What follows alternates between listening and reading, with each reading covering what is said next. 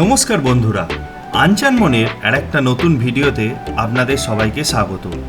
শেওড়াফুলি থেকে তারকেশ্বর ৪২ কিলোমিটার কাঁধে বাঁক নিয়ে পায়ে হেঁটে যাত্রা সম্পূর্ণ খুঁটিনাটি তথ্য আপনারা পাবেন এই ভিডিওটাতে। সাথে দেখতে পাবেন শ্রাবণী মেলা উপলক্ষে ট্রেনের অবস্থা, শেওড়াফুলির মার্কেটে কী কী পাওয়া যায়, যাত্রাপথের অবস্থা এবং তারকেশ্বর বাজার, মন্দির এবং অনেক কিছু। সুতরাং ভিডিওটাকে স্কিপ না করে দেখতে থাকুন এই ভিডিওটা, এবং যদি ভিডিওটা আপনাদের ভালো লেগে থাকে তাহলে অবশ্যই ভিডিওটাকে একটি লাইক দেবেন, আপনার মূল্যবান কমেন্ট করবেন, এবং যদি সাবস্ক্রাইব না করে থাকেন চ্যানেলটা তাহলে অবশ্যই সাবস্ক্রাইব করবেন। তো শুরু করা যাক আজকের এই ভিডিওটা। গত ৮ বছরের ন্যায় আবার এই বছরেও আমরা বেরিয়ে পড়লাম বাবা তারকনাথের কাছে জল ঢালতে। আমি এবং আমাদের এই টিম যাচ্ছি জল ঢালতে। এখন আমরা আছি হাওড়া স্টেশনের কাছে।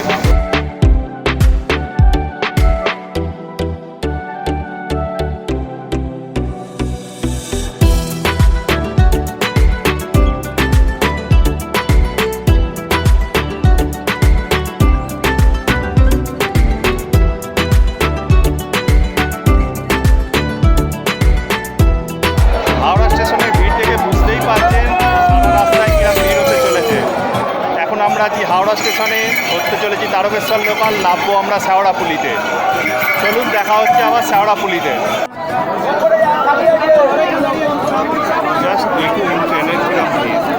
হাওড়া স্টেশন থেকে দুপুর 2:10 যে ট্রেনটি আমরা ধরেছিলাম, সেই ট্রেনটি তার সঠিক সময় 2:50 নাগাদ করে শেওড়াফুলি স্টেশনে আমাদেরকে নামিয়ে দিয়েছিল, এবং এই ট্রেনটি প্রায় অলমোস্ট খালি হয়ে গেল এই শেওড়াফুলি স্টেশনে। শেওড়াফুলি স্টেশন থেকে নেমে আমরা রেলগেট পেরিয়ে চলে এসেছিলাম আমাদের ধরাবাঁধার দোকানে।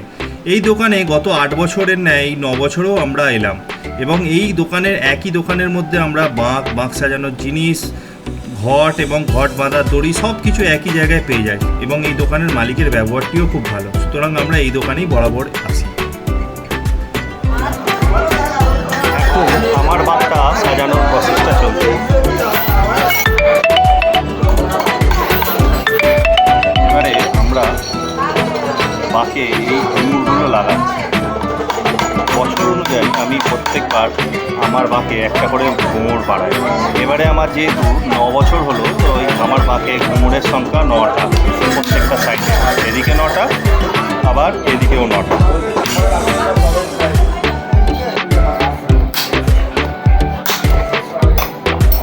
এখন আমরা যে ঘটগুলোতে জল নিয়ে যাব, সেই জলের ঘটগুলোকে জল ভর্তি করে পরীক্ষা করে নিচ্ছি ঘটগুলো লিক আছে কিনা। এই দেখো, এটা যেমন লিক আছে, এই ঘরটা পাল্টে দেওয়া হবে।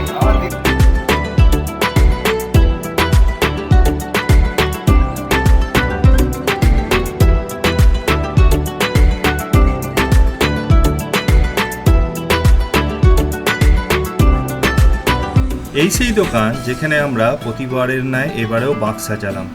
বাঁক সাজানোর পর এই শেওড়াফুলির এই ভিড়ের সঙ্গে আমরাও গা ভাসিয়ে চললাম নিমাইতীর্থ ঘাটের দিকে। এই নিমাইতীর্থ ঘাট শেওড়াফুলি স্টেশনের দূরত্ব প্রায় 1 কিলোমিটার। এই সময়, এই বিশেষ করে এই শ্রাবণী মেলার সময় রাস্তার দুধারে প্রায় সব দোকানেই খাওয়া দাওয়া থেকে শুরু করে ঘট সাজানোর জিনিস, বাঁকের জিনিস, ঘুঙুর সমস্ত কিছু বিক্রি হয়। জামা কাপড় যা আপনি চাইবেন, আপনাকে শুধু পকেটে পয়সা নিয়ে আসতে হবে। এই রাস্তার দুধারে যে কোনো দোকান থেকে আপনি সমস্ত কিছু পেয়ে যাবেন, এবং তারপরে জল তুলে আপনারা হাঁটা শুরু করতে পারেন আপনার গন্তব্য মানে তারকেশ্বরের পথে। নিমাইতীর্থ ঘাটে যেতে যেতে আমরা বাঁক পুজো করার জন্য কিনে নিয়েছিলাম কাঁটা ফল, আকন্দর মালা, ধূপ ইত্যাদি জিনিসপত্র, এবং এইগুলো নিয়ে আমরা চললাম নিমাইতীর্থ ঘাটের পথে। শেওড়াফুলি থেকে চলতে চলতে আমরা পৌঁছে গেছিলাম এই নিমাইতীর্থ ঘাটেতে। এই নিমাইতীর্থ ঘাট ছাড়াও গঙ্গার আরও অনেক ঘাট আছে যেখান থেকে মানুষ জল তুলে আগে এগোয়, কারণ এই নিমাইতীর্থ ঘাটে অন্যান্য ঘাটের তুলনায় একটু বেশি ভিড় হয়। কথিত আছে প্রভু জগন্নাথ দেবের দর্শন করার জন্য পুরী যাওয়ার পথে নিমাই কোনো এক সময় এই গঙ্গার ঘাটেতে এসে রেস্ট নিয়েছিলেন, এবং তারপর থেকে এই ঘাটটির নাম হয়ে গেছে নিমাইতীর্থ ঘাট। তো এই নিমাইতীর্থ ঘাটে অন্যবারের ন্যায় এবারেও আমরা জল তুলি, এবং আমরা ধীরে ধীরে তারকেশ্বরের পথে এগোই। এই নিমাইতীর্থ ঘাটের দুদিকে এই সময় প্রচুর দোকান তৈরি হয়। এই দোকানগুলিতে আপনারা আপনাদের বাঁকগুলোকে রাখতে পারবেন এবং এই দোকানে প্রতি বাঁক পিছু 20 থেকে 30 টাকা মূল্যের বিনিময়ে ওরা যেটা করে সেটা হচ্ছে এই বাঁকগুলির সঙ্গে ঘটগুলিকে ভালো করে সেট করে বেঁধে দেয়। আপনারা যখন জল তুলে নিয়ে আসবেন তারপরে এরাই এই বাঁকগুলির ওপর মাটি দিয়ে ওগুলোকে আবার সেট করে দিয়ে ভালো করে বেঁধে দেয়, যাতে আপনাদের যাত্রাপথে কোনো অসুবিধা না হয়।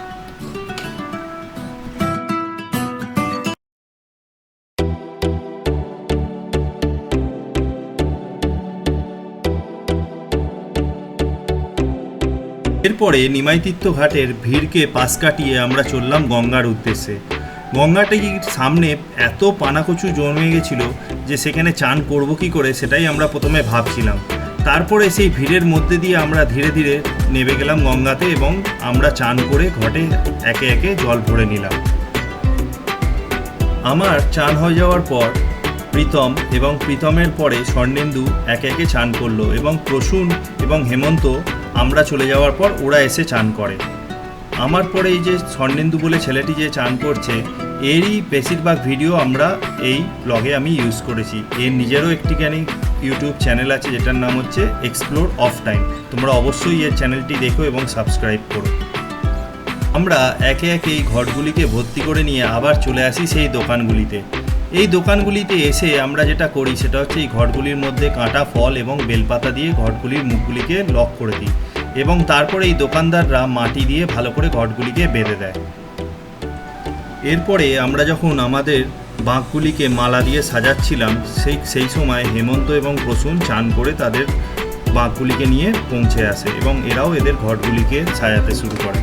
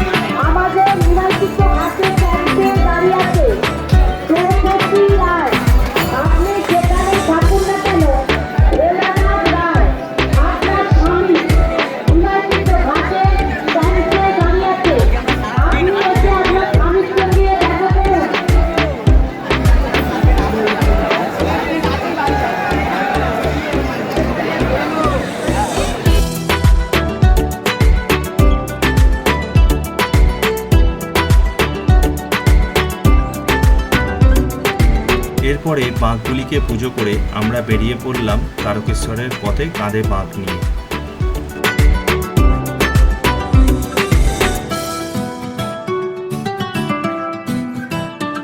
জল তোলা হয়ে গেছে, এবার আমরা নিমাইতীর্থ ঘাট থেকে ধীরে ধীরে বেরিয়ে পড়ছি।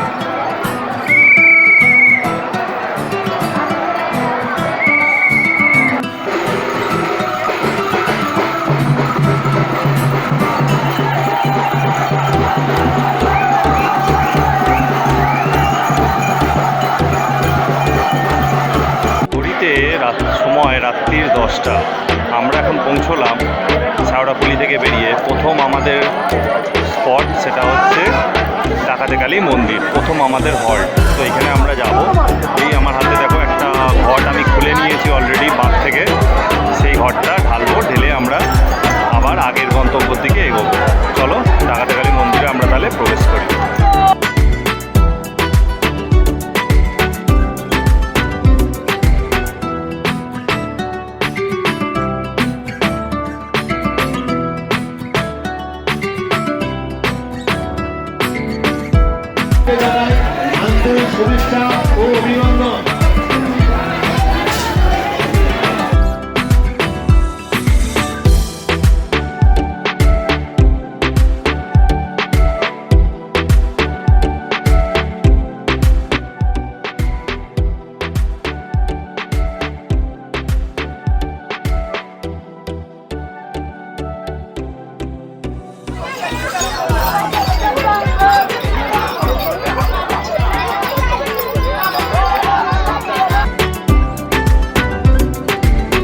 বাঁক কিন্তু নিত্য নতুন নানা ধরনের হয়ে থাকে।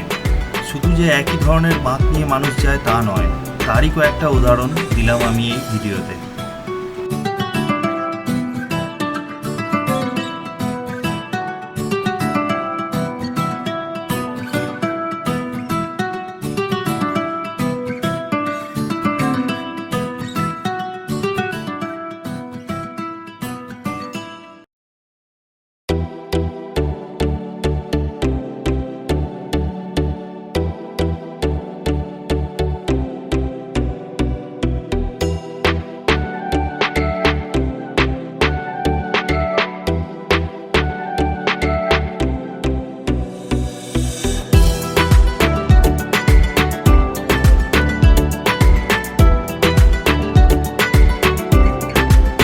ডাকাতেগালি থেকে বেরিয়ে আমরা পৌঁছে গেলাম আমাদের দ্বিতীয় হল্ট, সেটা হলো বিশ্বনাথ চটি।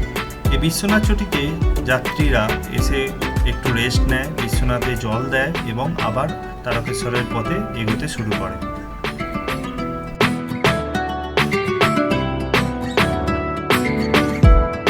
বিশ্বনাথে একটু রেস্ট নেওয়ার পর আমাদের যখন চোখটি খুললো তখন দেখলাম ভোর হচ্ছে। তাহলে আর কি, পড়ি আর মরি করে আমরা তাড়াহুড়ো করে উঠে বাঁক কাঁধে নিয়ে আবার রওনা দিলাম আমাদের তৃতীয় হল্ট লোকনাথের দিকে। কারণ আমাদের মাথায় এটাই চলছিল যে রোদ্দুর যদি উঠে যায় তাহলে সেক্ষেত্রে হাঁটাটা আরও কষ্টকর হবে। তো এইভাবেই আমরা রওনা দিলাম লোকনাথের উদ্দেশ্যে এবং সকাল 7টা নাগাদ আমরা পৌঁছে গেলাম লোকনাথে।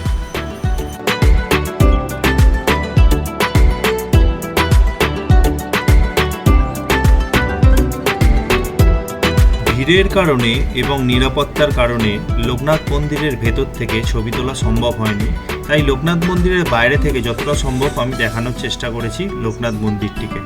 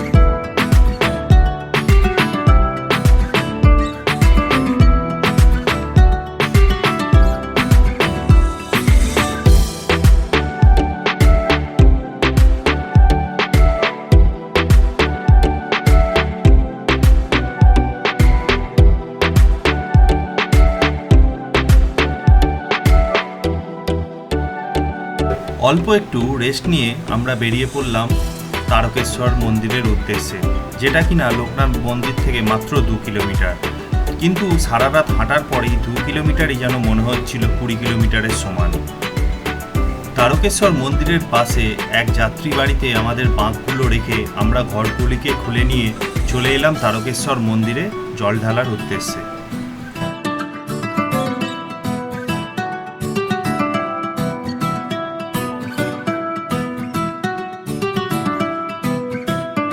শ্রাবণ মাসের ভিড়েতে মন্দিরের গর্ভগৃহের ছবি তোলা সম্ভব হয়নি, তবু বাইরে থেকে যতটা সম্ভব মন্দিরটাকে দেখানোর চেষ্টা করেছি আপনাদের জন্য।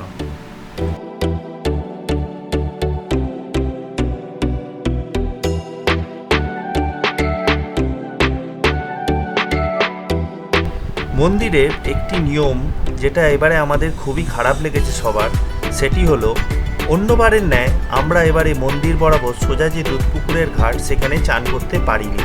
প্রশাসন তরফ থেকে আমাদেরকে জানানো হয় এই ঘাট নাকি বন্ধ, অথচ আমরা যখন দুধপুকুরের বাইরে দিয়ে হাঁটছিলাম তখন আমরা দেখি কিছু মানুষ সেই ঘাটেই চান করছে। তো তারা কি মূল্যের বিনিময়ে চান করছে না কিভাবে চান করছে সেই সম্বন্ধে আমরা সঠিক তথ্য পাই না। অথচ প্রশাসন আমাদেরকে যে ঘাটটি দেখায় যে সেইখানে গিয়ে চান করতে বলে, সেই ঘাটটি মেন ঘাটের তুলনায় যথেষ্ট অপরিষ্কার। তো এই একটি ব্যাপার এবারে আমরা নতুনত্ব দেখলাম মন্দিরের নিয়মকানুনে। জার্নিটা কালকে সকালে শুরু করেছিলাম এবং আজকে পরের দিন রবিবার দিনকে দুটোর সময় এসে আমাদের জার্নিটা শেষ হলো। এখন আমরা তারকেশ্বরে রয়েছি এবং তারকেশ্বর থেকে আমরা এবার ধীরে ধীরে বাড়ির পথে এগোবো। এখন যেখানে আমরা রেস্ট নেওয়ার জন্য উঠেছিলাম সেখানেই আছি, এবার সেখান থেকে আমরা ধীরে ধীরে চলো এবারে আমরা যেতে যেতে তারকেশ্বর মার্কেটটাও তোমাদেরকে দেখিয়ে দিই কেমন। চলো দেখা হচ্ছে।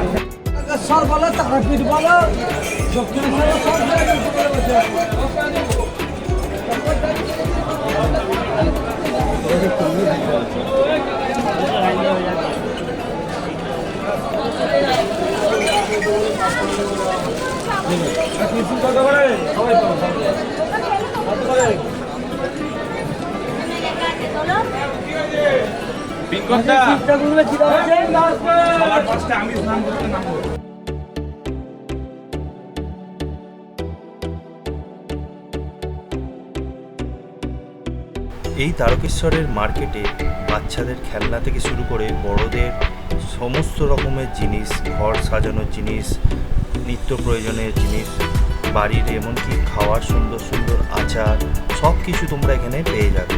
তো আমাদের যার যেটা দরকার ছিল সেগুলো আমরা টুকিটাকি কেনাকাটা করে ধীরে ধীরে রওনা দিলাম বাড়ির পথে।